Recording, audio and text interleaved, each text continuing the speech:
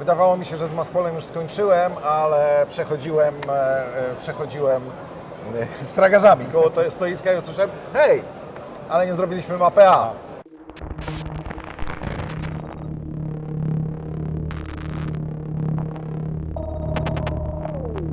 Dokładnie to tak. robimy. Rynek cywilny, mapa A, wersja Pro, dokładnie to samo wszystko co w mapie B, tylko wybarwienie mapa A. A w przyszłym roku powoli, sukcesyjne oporządzenie będziemy wrzucać. Czyli mapa A, krój jest ten sam, który był w tej wersji Czyli Pro, Pro, dokładnie mapie tak samo. B. Różnica jest w kamuflażu, tak? Jest jaśniejszy, jest więcej Czyli wybarwienie żółtego. na rozkwit, na lato. Do tego była mapa A przewidziana. Okej, czyli mapa B jest jesienno... Taka wczesna wiosna, zima można powiedzieć, ale generalnie sami dobrze wiemy, że mapa B sprawdza się w wszelakich warunkach. Jak Hollywood Z. Dokładnie tak, ale w końcu wypuściliśmy mapę A, zaczęliśmy od kroju Pro, może coś jeszcze nowego będzie. Bynajmniej od przyszłego roku sukcesywnie oporządzenie będziemy puszczać w tym Czyli wybarwieniu. roki i cała reszta, która dotąd była... Danglery, kamizelki wszelakie, pasy, powolutku do przodu. Oczywiście można śmiało powiedzieć, że mapa już jest dostępna w sklepach, w sprzedaży, więc jeżeli ktoś jest zainteresowany, W tej samej cenie, co mapa B? nie różni się, jest dokładnie ta sama cena, Okej. co w wersji Pro w mapie B. Wojsko nie chciało, to cywile kupią, tak? Mapa A już dostępna w sprzedaży. Zapraszam. Stoisko Zakładów Mechanicznych Tarnów, jest z nami Adam, z którym znamy się kupę lat Witam i serdecznie. dlatego mówię na niego pan Moździerzyk. I przed nami jest Tak. Wasza nowość tegoroczna. Tak, nasza nowość, więc skonstruowaliśmy moździerz, który ma zastąpić dotychczasowy moździerz LM60D, którego zasięg był 2000 metrów, natomiast ten ma zasięg 4000 metrów. Więc żeśmy wypracowali taki kompromis, żeby stworzyć właśnie coś, co nie będzie przekraczało 100% wagi na moździerza, jeżeli zmieniamy do nośność też o 100%. Więc udało nam się wypracować moździerz w układzie klasycznym i to jest moździerz zrealizowany już w całkowicie nowych technologiach. Jeżeli popatrzymy na konstrukcję lufy, tak, on jest przystosowany, ta lufa, do strzelania amunicją najnowszą firmy SAP. Tak, strzelamy 6 ładunkami dodatkowymi, jak widać na tym pocisku. Tutaj. Tak, to jest mapa MER, czyli pociski o zwiększonym zasięgu i trzeba było przygotować taką konstrukcję lufy, która nosiłaby tak ciśnienia rzędu od 90 do 100 megapaskali, więc dosyć dużo, natomiast żeby nie zwiększać tak masy lufy, jeżeli chodzi o ten moździerz. I rzeczywiście tak, nowe technologie, które są już u nas w kraju, pozwalają na to, żeby przygotować tego typu sprzęt. Lufa jest wykonana z aluminium czy ze Nie, stali? lufa jest wykonana ze stali. Właśnie to jest jak gdyby taki wiodący nasz produkt, jeżeli chodzi o wykonywanie luf ze stali, ale żeby to były lufy, które mają tak bardzo cienkie ścianki. A tutaj jest... Tak, ona jest na zasadzie tak perferowania, więc chodzi o szybsze odprowadzenie ciepła. Natomiast zostawiliśmy... Czyli to jest rodzaj chłodnicy. Oczywiście, zostawiliśmy tutaj tą osłonę termiczną, tak, dlatego że no, temperatury się nie da oszukać przy wystrzeleniu 30 pocisków 6 ładunkami, więc żeby żołnierz, kurde, przypadkowo się nie I opalił. osłona jest Tak, osłona jest charakterystyczna tak, dla was charakterystyczna dla nas. Viva. Oczywiście, jest na moździerzach LMC, na moździerzu LMP. No jest taki efekt, który nas wyróżnia jak gdyby na rynku. Płyta oporowa. Płyta oporowa. Płyta oporowa jest nowej całkowicie konstrukcji, jest skutego aluminium. Skutego aluminium. Tak, A, natomiast połączenie płyty tak, razem z lufą, czyli sama ta konstrukcja tego mocowania na piętę kulistą, tak, jest też opracowana tylko i wyłącznie przez nas. To idąc w górę, Tak.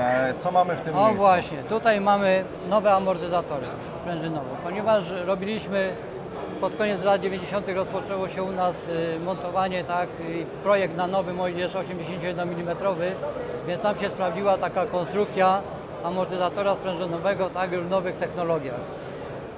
Co to daje? No daje nam to, że ten skok, tak, który jest tutaj na tłoczysku, on jest bardzo mały. Jeżeli popatrzymy, jak strzelają na przykład amerykańskie moździerze M224, tam również skok i na tych amortyzatorach sprężynowych jest bardzo Tam mały. na tych wszystkich filmach widać, że to walnięcie w płytę oporową jest dość spore. Co my żeśmy jeszcze zrobili? Zrobiliśmy to, że lufa, tak, jeżeli popatrzymy od przodu, ona jest właśnie pomiędzy amortyzatorami sprężynowymi, czyli nie jest ponad nimi. To jeszcze dodaje nam tej dodatkowej stabilności podczas strzelania. Zmieniliśmy układ mechanizmu kierunkowego, że przełożyliśmy go dla celowniczego. Czyli mamy mechanizm kierunkowy i mechanizm podniesieniowy. Dlaczego? Dlatego, że celowniczy, jeżeli ustawi sobie już te nastawy celownika, tak, to on ma tylko wziąć i wypoziomować te poziomiczki i on powinien mieć te układy dla siebie. Czyli mechanizm podniesieniowy, mechanizm kierunkowy jest po jego stronie. Z czego zrezygnowaliśmy? No, zrobiliśmy w układzie K2, tak? Czyli nie ma tutaj czegoś takiego jak Klasyczne dwie podpory. Tak, wstępne poziomowanie tego moździerza. Po stronie ładowniczego jest mechanizm dokładnego poziomowania i również po stronie ładowniczego jest poziomica, która jest tożsama z poziomicą na celowniku poprzecznym. Jeżeli celowniczy w krzyżu złapie już tak cel, to on, jeżeli ma niespoziomowany moździerz, będzie mu się tylko zmieniał krzyż tak pochyleniu.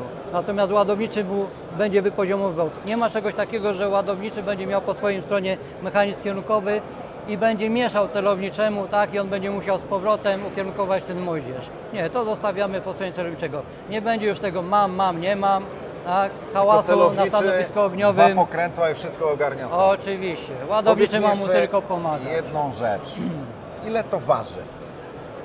No właśnie, jaka jest jego masa? Jeżeli na niego popatrzymy, tak, to jest, mówię, moździerz w układzie klasycznym. Żeśmy zeszli do Strzelę. 31 kg. Właśnie chciałem powiedzieć, że około 30 Tak, kg. 9 kg waży płyta, 9 kg waży lufa. Jak popatrzymy, lufa jest dłuższa, dlatego że to jest lufa tak jak w moździerzu amerykańskim 224, ponieważ amunicja jest tak pod ten moździerz. Więc lufa jest tożsama. Ma u nas 1 metr, tak, w amerykańskim jest 1 metr i tak żeśmy to przyjęli. Dodaliśmy oczywiście tak tą osłonę przednią lufy, ona jest zamienna, jeżeli chodzi o bezpiecznik przed podwójnym załadowaniem, czyli możemy tutaj sobie, jak klient wybierze, tak? Czyli tak jak było w 120, taka klapka, którą jak Tak, włożę tak, granat, tak. to ona się zamyka, drugiego Zamyka nie i włożę, a drugiego po już nie strzale się włożę, otwiera. tak. Tu dodatkowo mamy ten element, że po wrzuceniu pocisku ten bezpiecznik, jeżeli ładowniczy amunicyjny by podał odwrotnie ładowniczemu w ferworze walki, tak, i wrócił go odwrotnie, to po prostu zostanie zatrzymany na brzegach. Tak, Okej. nie spadnie zapalnikiem w dół. Dziękuję Ci bardzo, drogi Adamie, za prezentację nowego moździerza. Jak No mam będziecie nadzieję, z że niego będzie- strzelać, No mam weź nadzieję, tam że zadzwoń, tak. to byśmy coś nakręcili ze strzelania. No. Dzięki bardzo Ja i do też, zobaczenia ślicznie, wkrótce. dziękuję. I... AMZ Kutno i pojazd Bóbr, który był, może nie w tej wersji, ale Bóbr był prezentowany na tegorocznej defiladzie i wiele osób pytało, co z tym Bobrem, może coś więcej powiecie. No więc z nami jest pan Kacper z firmy AMZ Kutno, który przybliży Wam troszeczkę właśnie Bobra w tym wariancie ze zdalnie sterowanym stanowiskiem strzelskim od Kongsberga Tak jest. z armatą 20? 30. 30. O, to gdyby Pan mógł nam, naszym widzom przybliżyć troszeczkę sylwetkę tego pojazdu. Sylwetka pojazdu. Pojazd Bóbr 3, jak sama nazwa wskazuje, to już trzecia edycja w tej linii. Pierwszy to był projekt badawczo-rozwojowy, potem była jedna z koncepcji pojazdu rozpoznania, a Bóbr 3 to pojazd bazowy zaprojektowany pod program LOTR. Jeśli chodzi o pojazd, który widzimy tutaj, tutaj padło pytanie odnośnie również defilady. Brał udział, zgadza się, na 15 sierpnia. Tutaj widzimy wersję z modułem uzbrojenia Kongsberg, wyposażonym w działko 30 mm. To jest akurat ta krótka 30, stosowana również na śmigłowcach Apache. Tutaj akurat w wersji lądowej, sprzężona z karabinem 7,62 oraz dwoma wyrzutniami rakiet przeciwlotniczych Piorun. Tak, to jest propozycja naszego MESKA Skarżyska. Jeśli chodzi o architekturę wewnętrzną, to prezentujemy tutaj wizję systemu dowódczego firmy Teldat. Czyli to jest wóz w zasadzie dowodzenia, tak? Tak, to można nazwać takim kombinowaną naszą propozycją wozu dowodzenia z elementami wozu mającego zwalczać zagrożenia z powietrza, ponieważ akurat ta krótka 30 ma możliwość stosowania amunicji programowalnej. Także akurat jeśli chodzi o zagrożenia typu drony, tutaj akurat bardzo dobrze by się to sprawdziło. Czyli rozumiem, że armata ma jakiś bardziej już rozbudowany system kierowania ogniem. Zgadza się. To jest stanowisko, które Amerykanie stosują na pojazdach MADIS w Korpusie Piechoty Morskiej. Akurat Amerykanie stosują te pojazdy w dwójkach, gdzie jeden pojazd służy do wstępnego wykrywania i zagłuszania. Każdy z pojazdów posiada taki moduł, natomiast drugi jest wyposażony w inne systemy.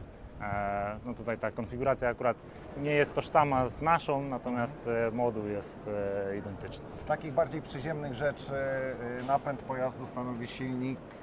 MTU to jest militaryzowany silnik Mercedesa. Pojemność, 7,2 litra, moc, 326 koni, moment obrotowy. 1300 Nm. Oczywiście przekładnia jest automatyczna, ile Zgadza stopniowa? się. 6-stopniowa. 6-stopniowa. Wóz ma zdolność pływania, napęd w wodzie realizowany jest za pomocą 2 pędników. Tak jest. Sterowanie odbywa się za pomocą skręcania pędników czy kół jest?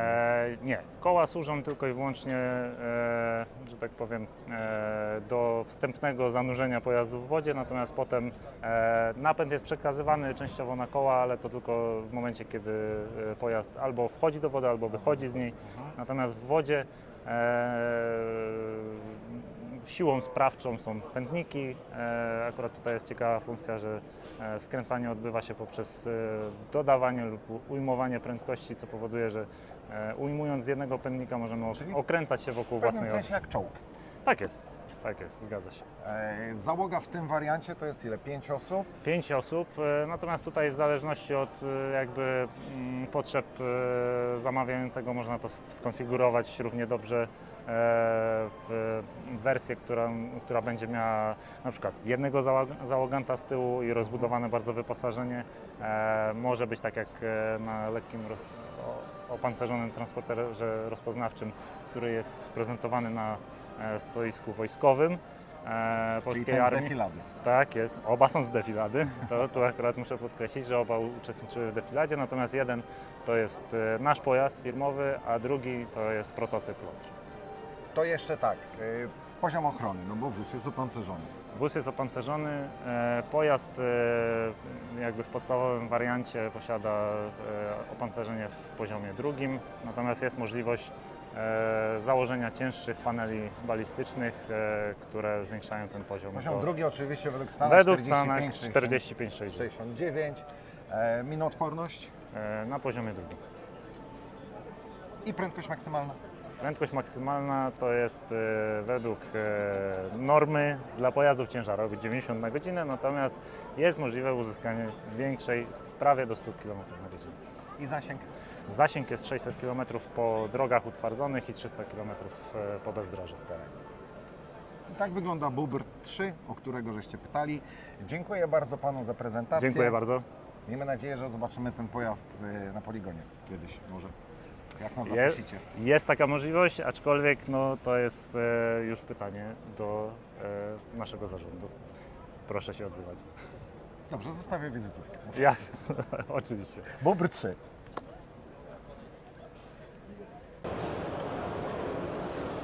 Stoisko PGM, czyli Polskiej Grupy Militarnej i ich tegoroczna premiera zapowiadana od kilku tygodni, czyli karabinek cichociemny. Jest ze mną człowiek, który wie więcej ode mnie o tym karabinku, bo ja go zobaczyłem dzisiaj pierwszy raz. Trochę o nim wiedziałem wcześniej, więc piłka po Twojej stronie kortu. Cześć Michał, przywitamy się. Chciałem zaprezentować Państwu tutaj karabinek Polskiej Grupy Militarnej. Otworzymy, pokażemy jak wygląda ten unikat, który żeśmy przygotowali. 300 blackout, 10,5 cala, złożony na najlepszych komponentach, jakie żeśmy znaleźli na rynku. Kolba Maxim Defense, jak widzicie customowa tutaj rękojeść, aluminium, CNC, łoże karbonowe, tu nawet kawałek żeśmy tego karbonu zostawili, kompensator, Strike Industries też, który można szybko z łączka rozłączyć, no i dużo dodatków, tak, które widać. Oryginalny FS, wersja druga, magazynki Lancera, lekko nawet można zobaczyć, są smoki, widać co tam się dzieje. Koń pamiątkowy, no i tu oczywiście mamy naszych spadkobierców dzisiejszych cichociemnych, czyli statuetkę gromowców, tak? Dokładnie 1:1 tutaj też stoi przez kolegę przywieziony cały szpej gromowców, który tak wyglądali Przez tego jak... kolegę. Słucham? Przez tego Tak, kolegę. przez tego kolegę. Przez Szarkiego. Tak, dokładnie tak. Każdy z tych elementów jest numerowany, tak? To jest jedynka, czyli numer CC 316013, cichociemni 316 cichociemnych 013, generał Petelicki, założyciel gromu, w hołdzie bohaterom ten karabinek. No to teraz zasadnicze pytania. Ile sztuk będzie tych karabinków dostępnych? 80 sztuk. 316 było cichociemnych, 95 brało udział w największej bitwie w Powstaniu Warszawskim. 80. rocznica Powstania Warszawskiego jest w tym roku i z tego tytułu 80 sztuk przygotowujemy. Mężczyźni nie rozmawiają o pieniądzach, ale na pewno wszyscy są ciekawi, ile to będzie kosztować. Ta wersja będzie wystawiona 13 września na licytację. No i tutaj już przyszli nabywcy odpowiedzą nam, ile będzie kosztowała. Pozostała seria, cenę zapewne za chwileczkę na naszych social mediach opublikujemy, ale myślę, że to będzie po zakończeniu licytacji. Tej jedynki. Dzisiaj się skupiamy na jedynce. Dzisiaj jeszcze nie Dzisiaj powiemy. jeszcze nie. 13 września startujemy z licytacją. W pewnym miejscu na internecie też o tym to ujawnimy, gdzie startujemy z licytacją. Dobrze. To jest bardzo wstępna prezentacja tego karabinka, bo jesteśmy już wstępnie też omówieni na deski, na nasze deski. Dokładnie. I na tych naszych deseczkach obejrzymy sobie wtedy ten karabinek Każdy szczegół dokładniej. wtedy będzie Każdy można szczegół omówimy, metale, tworzywa, z jakich to jest zrobione, firmy i tak dalej, i tak dalej. Dzisiaj bardzo wstępna zajawka karabinka cichociemny z polskiej grupy militarnej. Pierwszy egzemplarz, który będziecie mogli kupić na licytacji, tanie nie będzie. Chcemy, jeszcze nie dodałem, na szlachetny cel przeznaczamy środki całe, więc jak gdyby tutaj czym będzie A na wyżej... jaki cel? Chcemy zbudować muzeum cichociemnych, jak gdyby dużo rzeczy zgromadzić i podać to w bardzo fajnej, Okej. przystępnej takiej jak gdyby formule, żeby młodzi ludzie pamiętali, kim byli cichociemni, tak? Czyli szczytny cel. Licytacja kiedy się rozpoczyna? 13 września. 13 września. Śledźcie internety, śledźcie media Polskiej Grupy Militarnej, no i będziecie wtedy mogli wziąć udział w licytacji tego karabinka.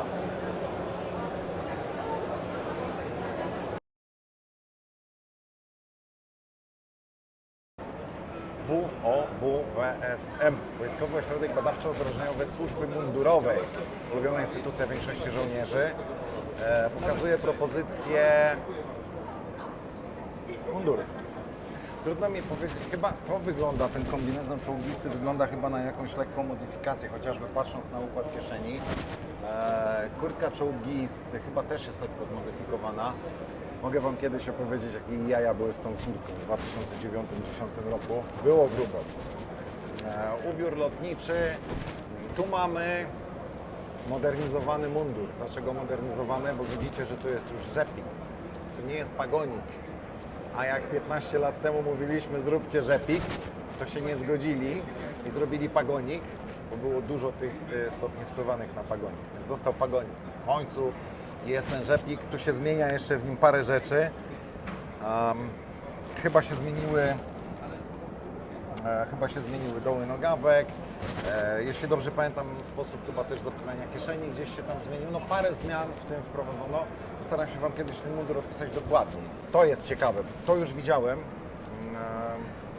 jakieś 2-3 tygodnie temu. Zobaczcie, to jest propozycja nowego ubrania przeciwdeszczowego. Czyli membranówka, hardshell.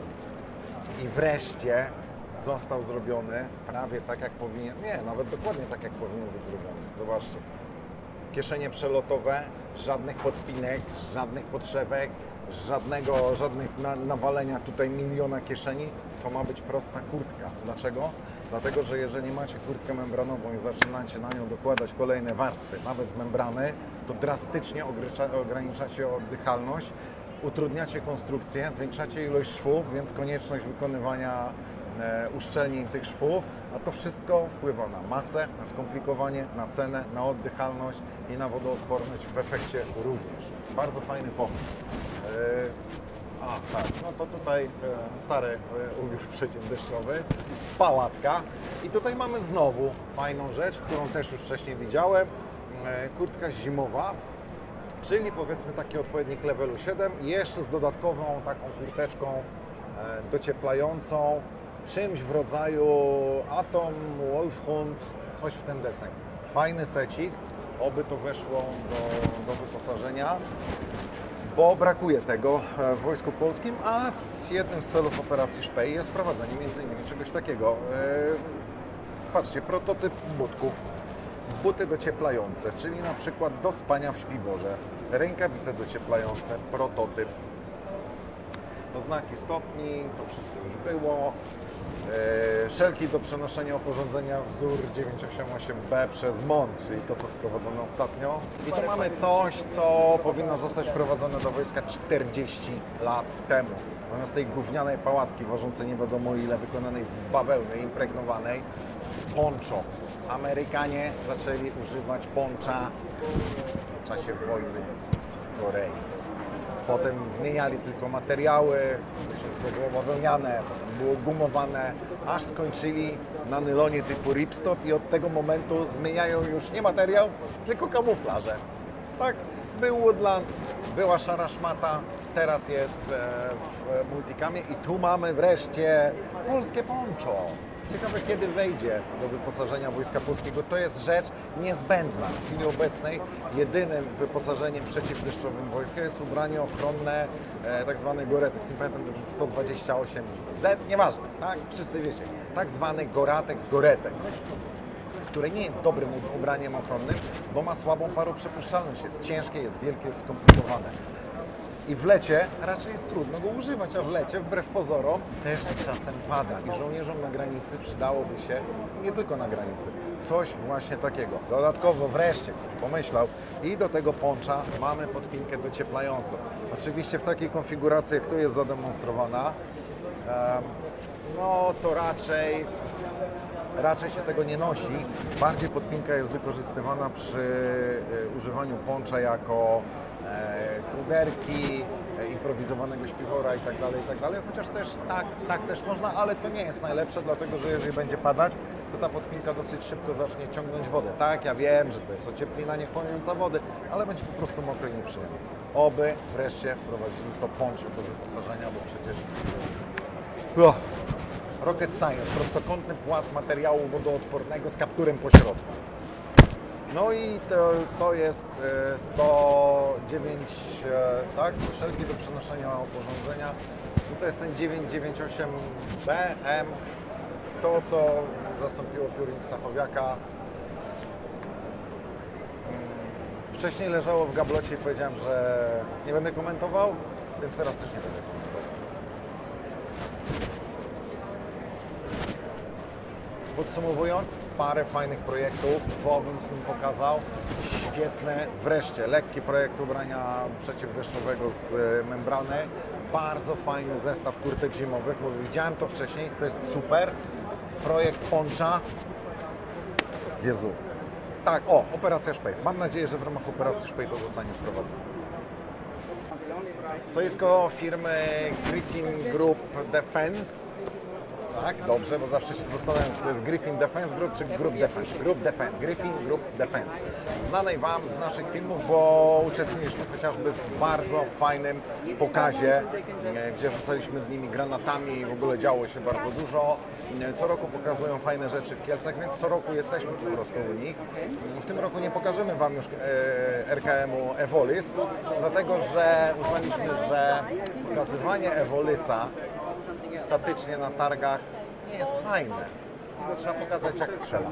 I postaramy się krótko po targach to zrobić. Może nawet postrzelamy też z tego pistoletu, który 2 lata temu Wam pokazywałem, co używałem dużo słowa na Z, wszyscy się przyburzyli, że to jest przekleństwo. Griffin Group Defense ma w ofercie całe spektrum różnych rzeczy przydatnych dla wojska i służb policyjnych. Tu macie granaty hukowe, macie ładunki wybuchowe, urządzenia detonujące, ładunki do cięcia, flary, no mają po prostu tak, ładunki wybuchowe, elastyczne, wyrzutnie, amunicje obezwładniające, no takie powiedzmy granatnik strzelający, Sobibor.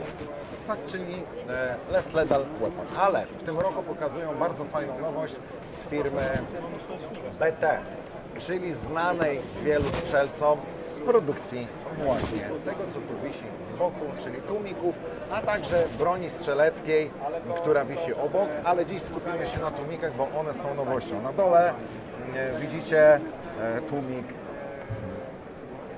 do 50. To jest tłumik do WKM-u M2HB. Nieco powyżej jest klasyczny już tłumik BT, RBS, czyli flow through. Ten rodzaj tłumika, który część gazów wyrzuca do przodu, dzięki czemu nie ma takiego oddziaływania na strzelca gazów, które wracają do komory zamkowej i broń też dostaje mniejszą dawkę gazu, więc nie jest aż tak bardzo przegazowana. I nowością jest cała ta seria tych takich szaro-srebrnych tłumików, które tutaj widzicie, które właśnie Wam Lotos pokazuje. I co jest w nich charakterystycznego? No Lotos Wam to właśnie przed chwilą pokazał, ja postaram się to pokazać jeszcze raz. To słowo. Print. Dlaczego print? Dlatego, że to są tłumiki drukowane na drukarkach 3D. I one są drukowane generalnie z 2 rodzajów materiałów, czyli z Inconela albo z tytanu. I można sobie robić różne wariacje, dobierać różne tłumiki. W ofercie jest, zobaczcie, tu jest ściągaweczka. Raz, 2, 3, 4, 5, 6. One się różnią długością, średnicą, kalibrem, do którego są przystosowane. I dodatkowo mamy jeszcze raz, 2, 3, 4, 5, 6 również rodzajów przyłącza. Poczynając od najprostszego, czyli nakręcanego na gwint lufy. Standardowy 1/2 na 28 nef, przez szybkozłączkę do urządzenia wylotowego typu A2. Dalej mamy chyba to samo dokładnie. Tu mamy, to jest chyba ASE Ultra. Tak, ja mam, jest mi ciężko powiedzieć, bo ja mam takie mocowanie, czyli klasycznego BTK. Ale jeżeli chodzi o wybór tego mocowania, to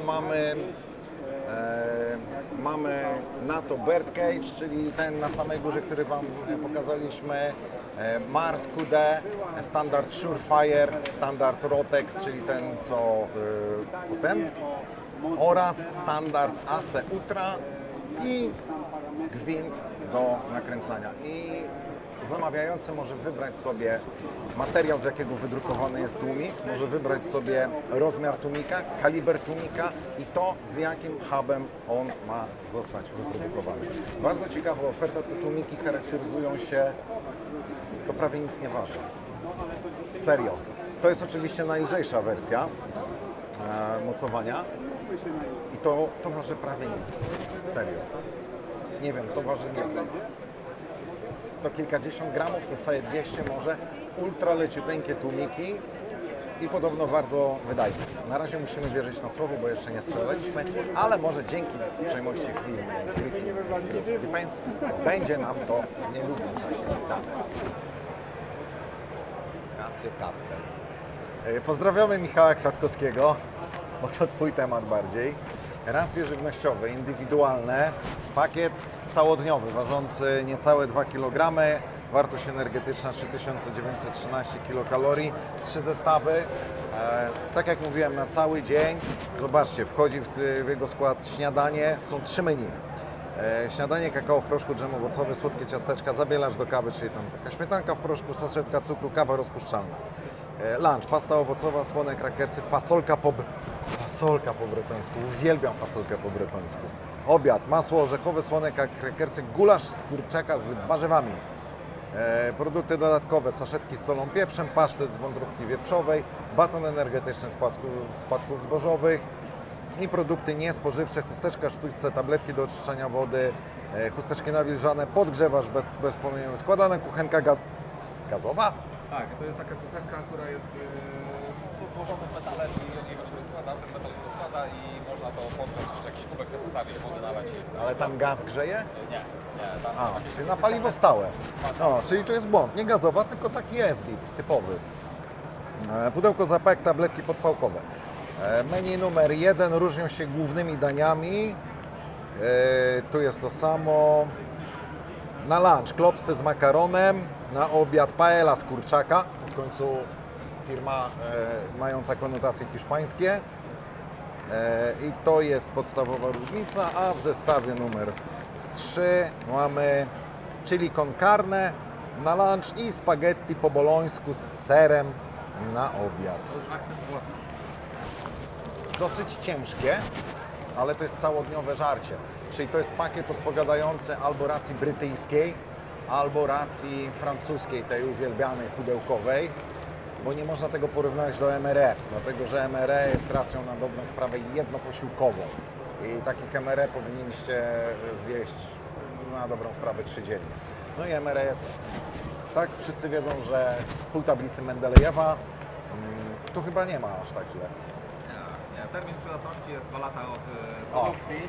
Tak, 2 lata przydatności od daty wyprodukowania, więc to są produkty raczej pasteryzowane albo zabezpieczane przed zepsuciem w sposób termiczny, ewentualnie jakimiś dodatkami, ale nie tak bardzo chemicznymi jak MRE, więc smak tego również powinien być po prostu lepszy. Ale na razie powiemy Wam tylko tyle, bo nie jedliśmy.